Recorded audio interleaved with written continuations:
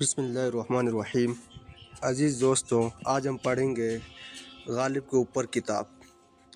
بہت سارے محقق اور اردو داں نے غالب کی زندگی کے اوپر اور ان کے ادب کے اوپر کئی طرح کی کتابیں لکھی ہے۔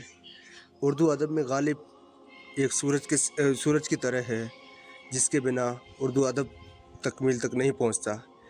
اس لیے مرزا غالب کی زندگی پر بہت سارے محقق اور اردو داں نے بہت ساری کتابیں لکھی ہے، جن میں سے کچھ کتابیں آج ہم پڑھیں گے۔ نمبر 1، تفہیم غالب، شمس الرحمن فاروقی صاحب نے لکھی ہے۔ روح غالب، محی الدین قادری زور نے لکھی ہے۔ روح تنقید بھی محی الدین قادری زور نے لکھی ہے۔ نمبر 3، مکاتیب غالب، امتیاز علی عرشی نے لکھی ہے۔ اس کے علاوہ انتخاب غالب، فرہنگ غالب بھی امتیاز علی عرشی صاحب نے لکھی ہے۔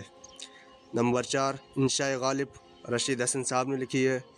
نمبر 5، تفسیر غالب، گیان چند جین نے لکھی ہے، اور رموز غالب بھی گیان چند جین نے لکھی ہے۔ نمبر 6، جہان غالب، قاضی عبدالودود صاحب نے لکھی ہے۔ کچھ غالب کے بارے میں بھی قاضی عبدالودود صاحب نے لکھی ہے۔ نمبر 7، ذکر غالب، ملک رام نے لکھی ہے۔ فسانہ غالب بھی ملک رام نے لکھی ہے۔